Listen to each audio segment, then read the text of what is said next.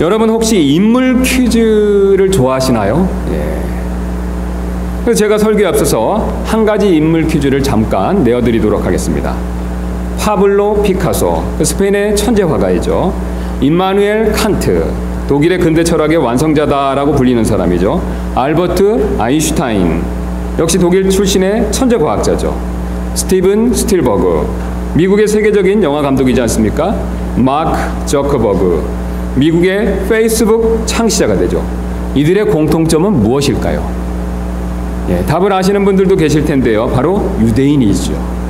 유대인의 인구는요, 지금 현재 1600만 명 정도 된다고 합니다. 우리 남한 인구가 5천만 명인데 한 3분의 1 정도밖에 되지 않지 않습니까? 그런데 그들의 명성은요, 참 대단하다는 것이죠. 그래서 제가 과거에도 한번 말씀드렸듯이 조사를 해보니까 이 전체 지금까지 노벨상 수상자의 3분의 1 정도가 바로 유대인이라는 것이죠. 그 다음에 지금 미국에 있는 50대 기업 중에서요, 17개 기업이 유대인들이 세웠거나 유대인들이 실제적으로 운영하고 있다고 합니다. 상당히 많은 수지 않습니까? 또 미국 대학의 대학 교수의 30%가 바로 유대인이라고 합니다. 3명 가운데 1명꼴이 되는 거죠. 또 미국의 인류 변호사들, 실력 있고 쟁쟁한 인류 변호사의 40% 역시 유대인이라고 합니다. 거의 반이 되지 않습니까? 지금 아시는 대로 전 세계를 움직이는 국가가 어느 나라입니까? 미국이죠. 근데 이 미국을 실제적으로 움직이는 민족이 바로 유대인이 된다는 것이죠. 그래서 전 세계에서 가장 영향력 있는 민족을 꼽으라고 얘기한다면요, 모든 사람들이, 대부분의 사람들이 사실 유대인을 꼽는 데 주저하지 않는다라는 사실을 우리는 이미 잘 알고 있습니다. 자, 그런데 유대인들이 이렇게 잘나고 훌륭해진 것은요, 그들 스스로 때문이 아니죠. 여러분, 누구 때문입니까? 바로 하나님 때문이죠. 하나님께서요, 이들을 만드시고, 특별히 이들을 만드셨고 이들에게 이런 복을 주셨기 때문에 그렇다는 것이죠. 그렇다면 왜 하나님께서는 이들에게 이런 복을 주셨을까요? 바로 하나님께 영광을 돌리게 하기 위해서죠. 오늘 본문이 바로 그 답을 우리에게 분명히 말씀해 주고 계시는데요. 우리 본문 다시 한번 보시면요, 오늘 제가 그 본문 내용을 주보에 냈는데 주보 한번 봐주시면 감사하겠습니다. 두 구절을 보시기 편하게 한꺼번에 넣어서 우리 다시 한번 본문 살펴보도록 하겠습니다.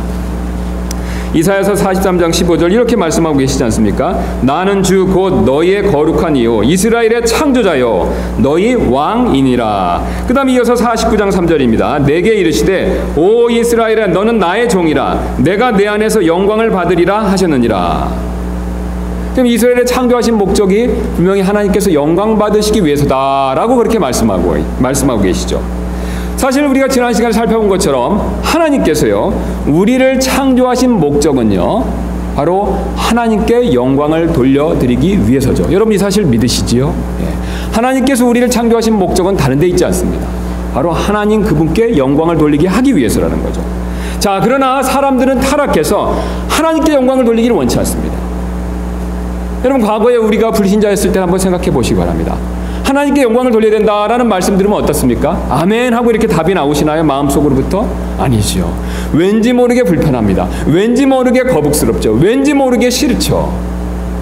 우리가 타락했기 때문에 그렇다는 것입니다.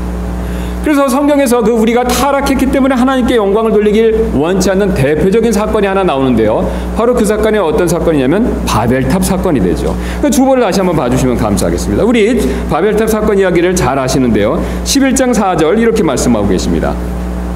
또 이르되 자 우리가 우리를 위하여 도시와 탑을 세우고 탑의 꼭대기를 하늘에까지 닿게 하며, 자 그 다음에 이 사람들이 탑을 쌓는 이유를 얘기하는데요. 뭐라고 말씀하고 있습니까? 우리가 우리를 위하여 이름을 내고 이로써 온 지면에 널리 흩어짐을 면하자 하더라.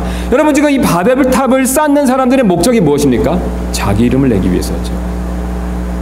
자신을 창조하신 하나님께 영광을 돌리기 위한 것이 아니라요, 자신의 이름을, 자기들의 영광을 돌리기 위해, 자기들에게 영광을 돌리기 위해서 이 탑을 쌓았다라고 말씀하고 있습니다. 사실 하나님께서 이들의 이런 모습을 보셨을 때 안타까우셨습니다. 왜냐하면요, 하나님의 영광을 위해 창조된 사람들이요, 하나님께 영광을 돌리지 않고 바로 자기 스스로 영광을 취하기 때문에 그렇다는 것이죠. 하나님 보셨을 때 그것이 너무나도 안타까울 수밖에 없었다는 겁니다. 하나님께서 하늘에서 이렇게 사람들이 하는 것을 내다보시니까요, 이 먼지인 사람들이요, 먼지에서 벽돌을 만들어서요, 장차 먼지가 될 탑을 쌓는 헛된 일을 하고 있다는 것이죠. 여러분, 하나님 보셨을 때 얼마나 안타까운 일일 수밖에 없겠습니까? 우리 사람은 사실 아무것도 아니지 않습니까? 이 아무것도 아닌 사람들에게 생명을 주시고요, 은혜를 베풀어 주시고 좋은 것을 주셔서 하나님께 영광 돌리게 하기를 원하시는데요, 사람들은 그것을 원치 않는다는 것이죠. 자기 자신에게 영광을 돌리기를 원한다는 것이죠. 헛된 존재가 헛된 영광을 위해 헛된 일을 하고 있는 것이죠. 그래서 하나님께서 이래서는 안 되겠다 싶으셔서 자신에게 영광을 돌리게 할 한 특별한 민족을 만드시기로 그렇게 작정을 하셨습니다. 여러분, 그 민족이 누구입니까? 바로 이스라엘 백성이 됐죠.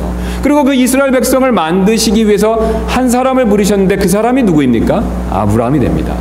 자, 그래서 하나님께서 아브라함을 부르시는 장면을 창세기 12장 2절이 가르쳐주고 있는데 우리 주보 다시 한번 봐주시면 감사하겠습니다. 하나님께서 그를 부르신 목적을 이렇게 말씀하고 계시죠. 내가 너로부터 큰 민족을 만들고 내게 복을 주어 내 이름을 크게 하리니 내가 복이 되리라. 자, 지금 하나님께서 아브라함의 이름을 크게 해주신다라고 말씀하고 계십니다. 여러분, 이게 무슨 뜻입니까? 아브라함 스스로 영광을 취하게 해주시겠다라고 말씀하시는 겁니까? 그것이 아니지요. 하나님께서 그를 부르시고요, 그를 통해서 민족을 만드시고요, 그 민족을 크게 해주셔서 하나님 스스로가 영광을 받으시겠다라는 뜻이 됩니다. 그렇다면 하나님께서 이스라엘 백성을 통해서 구체적으로 어떻게 영광을 받으셨을까요? 가장 먼저 이스라엘의 고난의 문제를 해결해 주심으로써 하나님께서 영광을 받으셨다라는 것을 성경에 보여주고 있죠. 그래서 밑으로 내려가셔서 로마서 9장 17절 말씀 보시면 이렇게 말씀하고 계시지 않습니까? 성경 기록이 파라오에게 이르기를 내가 바로 이 목적을 위하여 너를 일으켰나니 이것은 내가 내 안에서 내 권능을 보이고 내 이름을 온 땅에 두루 밝히 알리려 함이니라 하시나니. 자, 지금 이스라엘 역사상에서 가장 중요한 사건은 출애굽 사건이 되는데요, 이 출애굽 사건에서 이스라엘 백성들에게 가장 큰 어려움을 주었던 인물은 바로 다름 아닌 파라오가 됩니다. 여러분, 익히 잘 알고 계시지 않습니까? 이스라엘 백성들이 출애굽을 해야 되는데 그것을 가장 반대했던 사람은 바로 파라오였죠. 파라오는 그 당시 가장 강력했던 이집트의 왕이었던 사람입니다. 지금은 이집트가 별 볼 일 없지만요, 그 당시에는요, 지금의 미국과도 같은 지위를 누렸던 그런 시절이었었습니다. 심지어 파라오는요, 지금 북한의 김정은처럼요, 신으로 추앙받는 사람이었습니다. 미국의 지위에 북한의 김정은처럼 추앙받는 그런 존재였다는 것이죠. 그래서 놀라운 사실은요, 이 하나님께서 파라오를 지금 뭐라고 말씀하고 계시냐면요, 일부러 세웠다라고 말씀하고 계십니다. 여러분, 우리 생각 같으면 어떻겠습니까? 지금 이스라엘 백성 출애굽하는데 가장 큰 걸림돌이 되는 존재가 누구입니까? 파라오지 않습니까? 그렇다면 하나님께서 하나님의 영광을 위해서 파라오를 세우지 말고요, 아예 처음부터 없애시는 것이 더 좋겠다라고 우리는 생각하기가 쉽습니다. 그런데 하나님은 반대로 하셨습니다. 자신의 영광을 위해서 오히려 파라오를 세우셨다라고 거꾸로 말씀하고 계시죠. 여러분, 왜 하나님께서 그렇게 하셨습니까? 우리가 앞에서 살펴본 대로, 읽었던 대로 바로 하나님의 권능을 보이시기 위해서다라고 말씀하고 계시죠. 그리고 그 결과 하나님의 이름을 온 땅에 두루 알리기 위해서다라고 말씀하고 계십니다. 바로 하나님의 영광을 위해서 이렇게 하셨다는 것이죠. 여기서 우리는 하나님께서 우리의 삶의 고난을 허락하시는 중요한 이유 한 가지를 배우게 됩니다. 이 하나님께서 많은 경우에 우리의 고난을 막아주십니다. 그러나 때때로 우리에게 고난을 허락하실 때가 있습니다. 아니, 우리가 생각하는 것 이상으로 고난을 자주 허락하실 때가 있죠. 그것도 오늘 파라오의 문제처럼요, 내가 도저히 해결할 수 없는 큰 고난을 허락하실 때가 분명히 있습니다. 여러분, 왜 그렇게 하나님께서 하실까요? 바로 앞에서 살펴본 것처럼 하나님의 권능을 보여주시기 위해서라는 것이죠. 우리에게는 사실 타락한 죄성이 있죠. 그래서 늘 우리 자신에게 영광을 돌리려고 할 때가 참 많이 있습니다. 그래서 하나님의 도움으로 어려운 문제를 해결받고도요, 자신이 자신에게 영광을 돌릴 때가 참 많이 있지 않습니까? 그래서 지금까지 얻은 재물은 사실 내 노력으로 얻은 것이다 라고 생각할 때가 참 많이 있습니다. 또 지금까지 자신이 얻은 지위도 온전히 순수히 내 노력 때문에 그렇다라고 생각할 때가 있죠. 또 지금까지 자신이 얻은 모든 좋은 것들이 순전히 내 힘으로 얻었다라고 그렇게 착각할 때가 분명히 있습니다. 여러분, 그러나 하나님께서는 이렇게 말씀하고 계십니다. 야고보서 1장 16절입니다. 나의 사랑하는 형제들아, 잘못을 범하지 말라. 모든 좋은 선물과 모든 완전한 선물은 위에서 오며 빛들의 아버지로부터 내려오거니와 그분께는 변함도 없고 회전하는 그림자도 없느니라. 여러분, 우리가 누리는 이 모든 좋은 것들은요, 바로 하나님께로부터 온다는 것이죠. 하나님이 허락해 주시지 않으면요, 우리가 아무리 애써도 얻을 수가 없습니다. 우리가 누리는 이 좋은 자연환경, 날씨, 가족, 교회, 건강, 이 모든 것을 주시는 분은 바로 하늘에 계신 하나님이십니다. 하나님이 허락하셨기에, 하나님의 복을 주셨기에 우리가 노력해서 그것을 또한 얻고 누릴 수 있다는 것이죠. 그러나 사실 우리는 이 사실을 잊을 때가 참 많이 있지 않습니까? 그래서 하나님께서는 이 사실을 가르쳐 주시기 위해서 오늘 파라오처럼요, 우리가 도저히 해결할 수 없는 큰 고난과 어려움을 때때로 우리 인생 가운데서 허락하실 때가 있다는 것이죠. 그래서 내가 도저히 생각하지 못한 때, 내가 도저히 생각하지도 못한 방법으로 우리의 어려움을 해결해 주신다는 것이죠. 여러분, 이스라엘 백성의 입장에서 한번 생각해 보시기 바랍니다. 뒤에서 지금 파라오의 군대가 쫓아오고 있습니다. 앞에는 지금 시퍼런 홍해 바다가 앞을 가로막고 있죠. 여러분, 그럴 때 하나님께서 어떻게 구출해 주셨습니까? 전혀 그들이 생각지도 예상치도 못한 출구를 열어주셨죠. 바로 홍해 바다를 가르는 방법을 통해서 그들을 구출해 주셨습니다. 이스라엘 백성은 전혀 예측을 못했습니다. 심지어는 하나님께서 모세를 통해서 그 방법을 가르쳐 주셨음에도 불구하고 믿지 못했었죠. 여러분, 우리 인생에 어려움이 있지만요, 하나님께서는 반드시요, 우리 인생의 어려움 가운데 탈출구를 열어주십니다. 여러분, 이 탈출구를 열어주시는 목적은요, 바로 하나님께서 우리를 사랑하시고 사랑하실 뿐만 아니라 우리의 고난 가운데 있어서 구출해 주실 수 있는 유일한 분이시다라는 사실을 가르쳐 주시기 위해서라는 거죠. 그래서 성경은 우리가 시험, 감당할 수 있는 시험만 허락하신다라고 약속하고 있습니다. 제 인생에 살아보면서 저는 그런 경험이 참 많았다라는 생각이 들 때가 많이 있었습니다. 제가 도저히 어떻게 해결할 수 없는 상황 가운데서 하나님께서 전혀 예측하지 못한 방법으로 해결책을 마련해 주신 것이죠. 문을 열어주신 것이죠. 탈출구를 허락해 주신 것이죠. 아마 여러분들도 그런 경험이 분명히 있으실 것입니다. 이뿐만이 아닙니다. 하나님께서는 또한 오늘 말씀을 보니까 이스라엘의 구원을 통해서 영광을 받으신다라고 그렇게 그것을 가르쳐주고 계시죠. 그럼 밑으로 내려가셔서 우리 사무엘기하 7장 23절 말씀 한번 보도록 하겠습니다. 이렇게 말씀하고 계시죠. 땅의 어느 민족이 주의 백성 곧 이스라엘과 같으니까 하나님께서 가셔서 그들을 구속하사 자신을 위해 자신의 백성으로 삼으시고 친히 이름을 내시며 주의 백성 앞에서 그들을 위해 주의 땅을 위해 크고 어려운 일들을 행하셨나이다. 주의 백성을 주께서 주를 위해 이집트와 민족들과 그들의 신들에게서 구속하셨사오니. 자, 우리가 여러분께서 이미 잘 아시는 대로 우리가 살고 있는 시대는 사실 자기중심적인 시대이지 않습니까? 그래서 모든 것이 자기에게 맞춰져 있습니다. 항상 모든 것을 나의 유익과 필요에 맞추어서 사는 그런 시대죠. 그러다 보니까요, 우리 구원의 문제에 있어서도 우리가 이런 식으로 생각할 때가 종종 자주 있습니다. 즉, 하나님께서 우리를 구원해 주신 일은요, 전적으로 우리 자신을 위해서다라고 그렇게만 생각하신다는 것이죠. 물론 100% 맞는 이야기입니다. 그러나 여기서 생각이 멈추면요, 우리 자신이 나도 모르게 자기중심적인 세상적인 생각에 영향을 받고 있을 수도 있다는 것이죠. 여러분, 성경을 보시면요, 항상 구원은요, 하나님 자신을 위해서 우리에게 베풀어 주신 일이다라는 사실을 강조하고 있습니다. 오늘 본문을 보니까 이스라엘 백성을 구원해 주신 이유가 목적이 뭡니까? 바로 하나님 자신을 위해서라는 거죠. 또 우리 개개인의, 이방인은 우리 개개인의 구원 문제 역시 마찬가지라는 거죠. 바로 하나님 자신을 위해서, 하나님 자신의 영광을 위해서 우리를 구원해 주셨다라고 성경은 이렇게 말씀하고 계십니다. 그래서 이사야서 43장 25절입니다. 거기 한번 우리 밑으로 내려가셔서 다 같이 한번 보도록 하겠습니다. 나는 곧 나는 내 자신을 위하여 내 범법들을 지워버리는 자니 내가 내 죄들을 기억하지 아니하리라.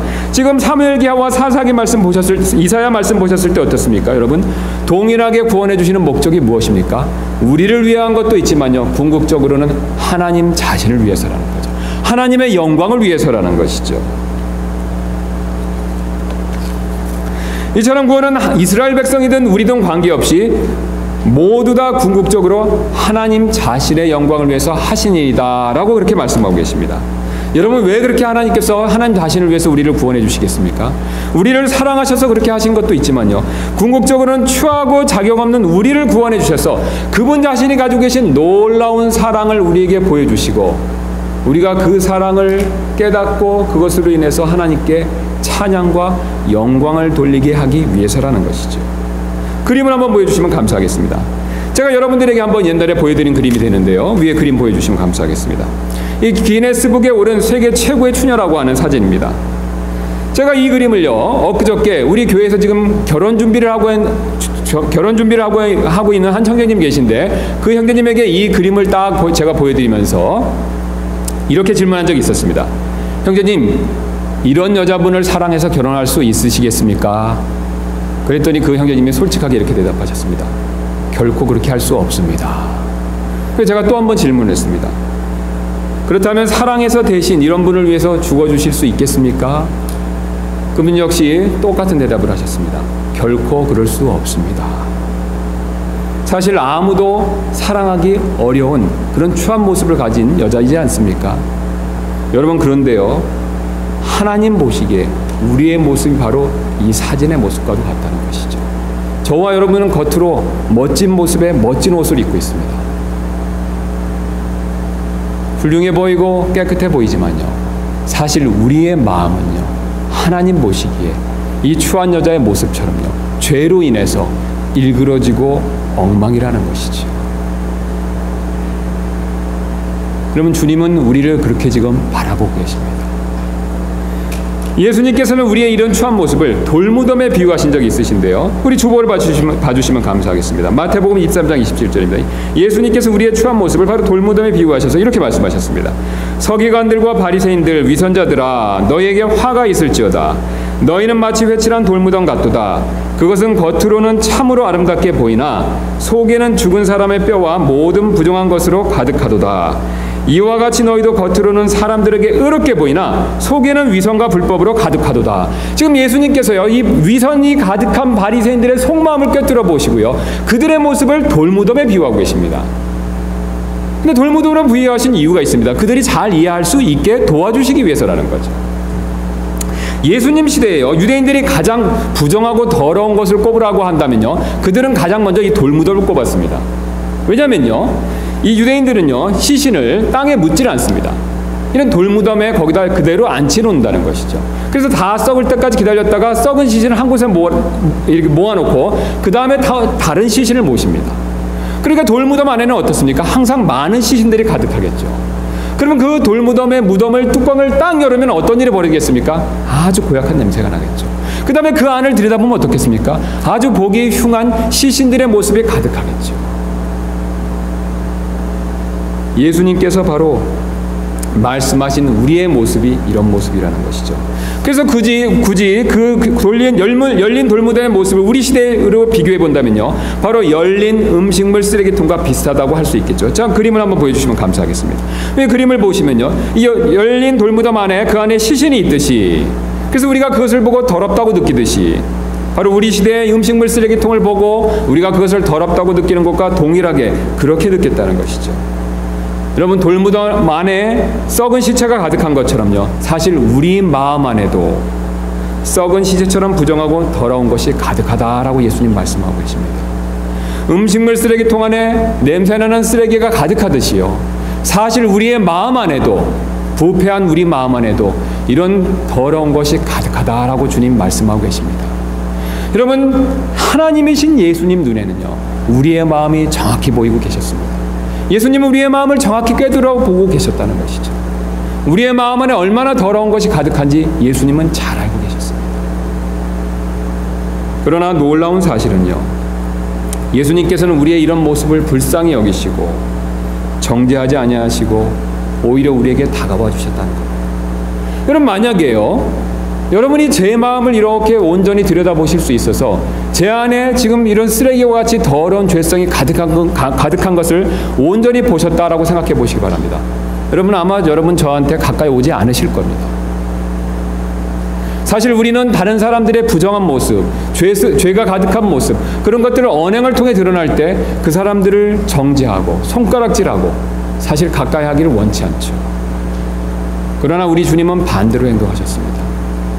우리 안에 있는 죄성을 꿰뚫어 보심에도 불구하고요, 그 모습을 온전히 다 보심에도 불구하고 우리를 정죄하지 않으셨다는 것이죠. 코를 막고 멀리하지 않으셨다는 것입니다. 오히려 우리에게 가까이 다가오셨습니다. 우리를 안아주시고 우리를 불러주시고 놀랍게도 자신의 보혈을 통해서 우리의 모든 더러운 것들을 씻어주셨다는 것이죠. 여러분, 이게 얼마나 놀라운 사랑입니까? 우리는 피하고 싶고 외면하고 싶은 이런 모습들을요, 주님은 사실 그 모습을 용서하시고 품어주시고 씻어주셨다는 것이죠. 이런 사랑을 보여주신 하나님을 사실 우리는 찬양할 수밖에 없지 않겠습니까? 이뿐만이 아닙니다. 하나님께서는 이스라엘을 지켜주심을 통해서 또 영광을 받으셨다라는 사실을 말씀하고 계십니다. 그래서 사무엘기상 12장 22절 말씀드리겠습니다. 밑으로 내가서 봐주시면 감사하겠습니다. 이렇게 말씀하고 계시죠.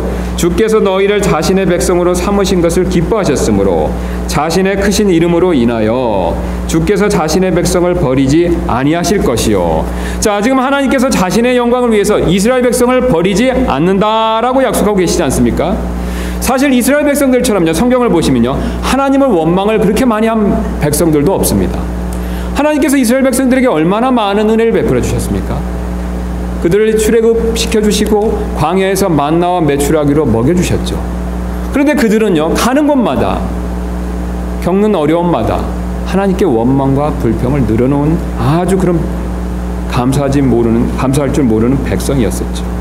심지어는 이스라엘 백성들은요, 하나님을 배신하고 우상 숭배를 참 많이 한 그런 민족이기도 하죠.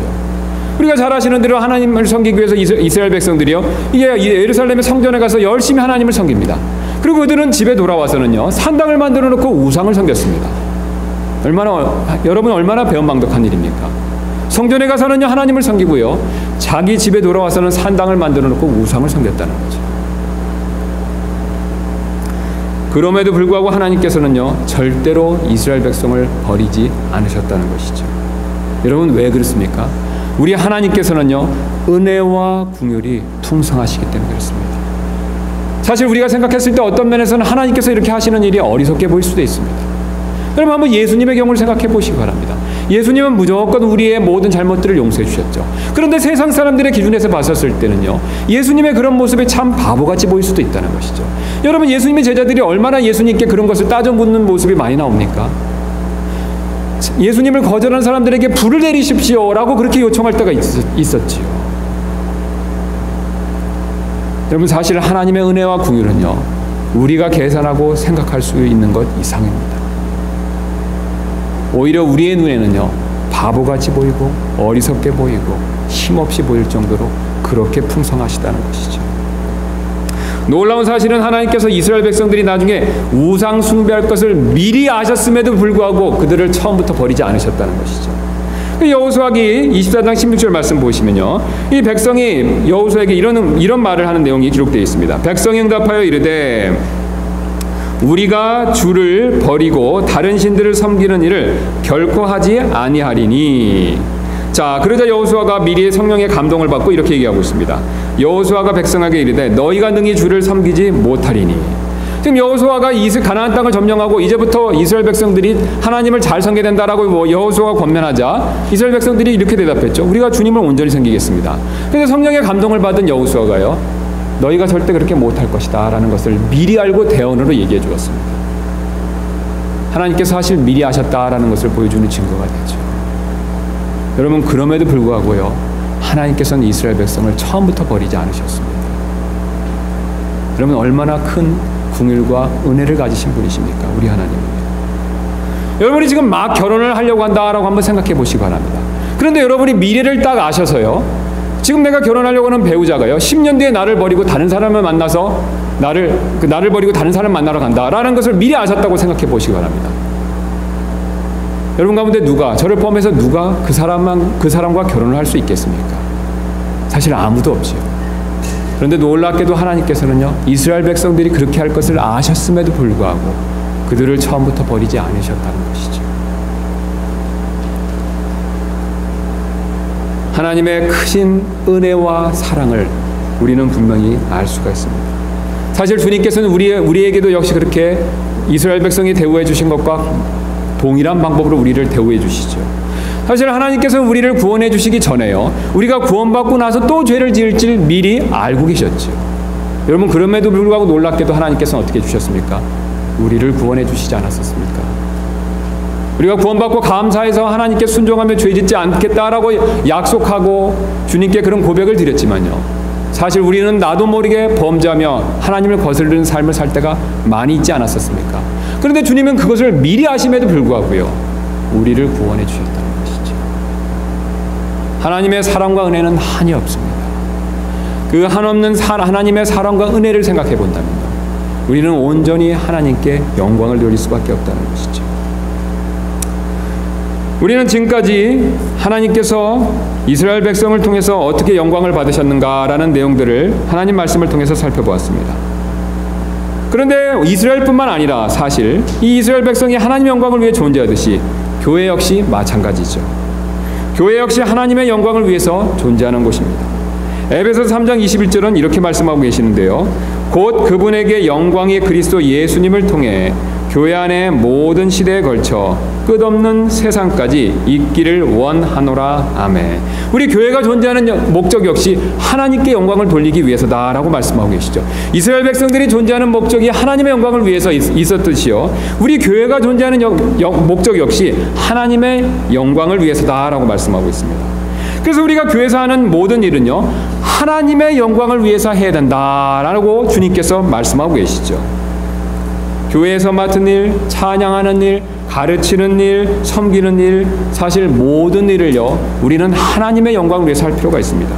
베드로전서 4장 11절 이렇게 말씀하시는데요, 누구든지 말하려거든 하나님의 말씀들을 말하는 것 같이 하고 누구든지 섬기려거든 하나님께서 주시는 능력으로 하는 것 같이 그 일을 하라. 이것은 모든 일에서 예수 그리스도를 통해 하나님께서 영광을 받게 하려 함이니 그분께 찬양과 통치가 영원 무궁토록 있기를 원하노라. 아멘.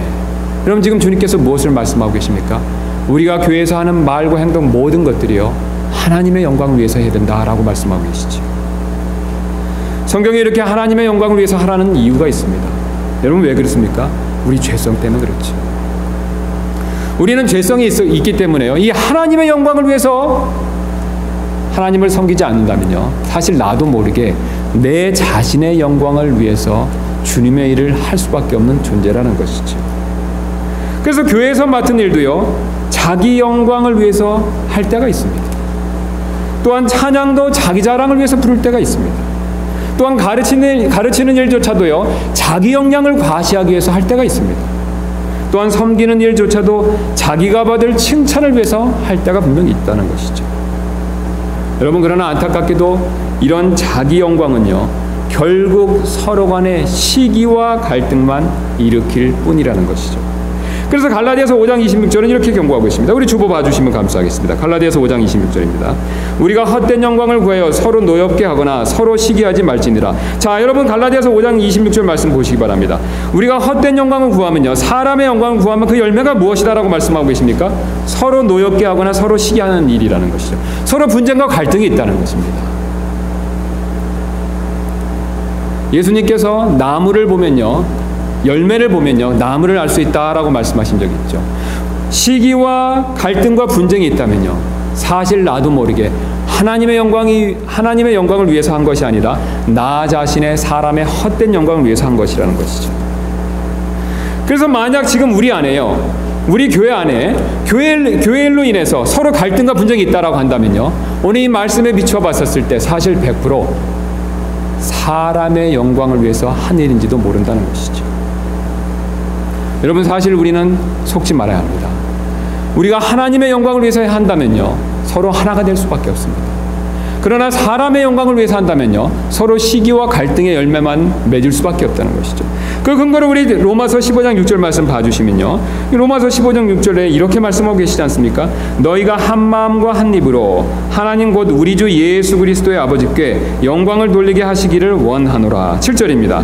이러므로 그리스도께서 하나님의 영광을 위해 우리를 받아들이신 것 같이 너희도 서로를 받아들이라. 여러분, 지금 갈라디아서 5장 26절과 로마서 15장 6절 7절 말씀은 서로 대조를 이루지 않습니까? 사람의 헛된 영광을 했었을 때 열매는 무엇입니까? 서로 갈등과 분쟁이 일어난다는 것이죠. 그러나 참되게 하나님의 영광을 위해서 하는 사람들의 열매는요, 한 마음과 한 입으로요, 온전히 하나님께 영광을 돌린다는 것입니다. 그리고 서로를 받아들인다는 것이죠. 여러분, 우리는 사실 주님 앞에서 정직하게 우리 자신의 모습을 분명히 잘 살펴볼 필요가 있습니다. 여러분, 우리가 섬기는 교회 가운데서 혹시 분쟁과 갈등이 있습니까? 여러분, 그렇다면 내가 어떤 목적으로 주님을 섬기는지 잘 한번 깊이 생각해 볼 필요가 있죠. 내 삶 가운데서 여러 가지 문제가 있다면요, 사실 나도 모르게 하나님의 영광이 아니라 바로 자기 영광을 위해서 그런 것들을 추구하는 것은 아닌지 곰곰이 잘 생각해 볼 필요가 분명히 있습니다. 여러분, 속지 마시기 바랍니다. 우리 주님은 정확히 알고 계십니다. 우리가 어떤 목적을 가지고 주님을 섬기는지, 우리가 어떤 목적을 가지고 인생을 사는지 주님은 잘 알고 계시다는 것이죠. 우리의 열매를 통해서 우리 자신의 모습을 볼 수 있습니다. 오늘 주님은 그것을 말씀해 주고 계십니다. 하나님의 영광을 위해서 우리가 서로가 서로를 받아들이고 하나님의 영광을 위해서 서로 하나가 되는 저와 여러분들 되시기를 주님의 이름으로 축원합니다.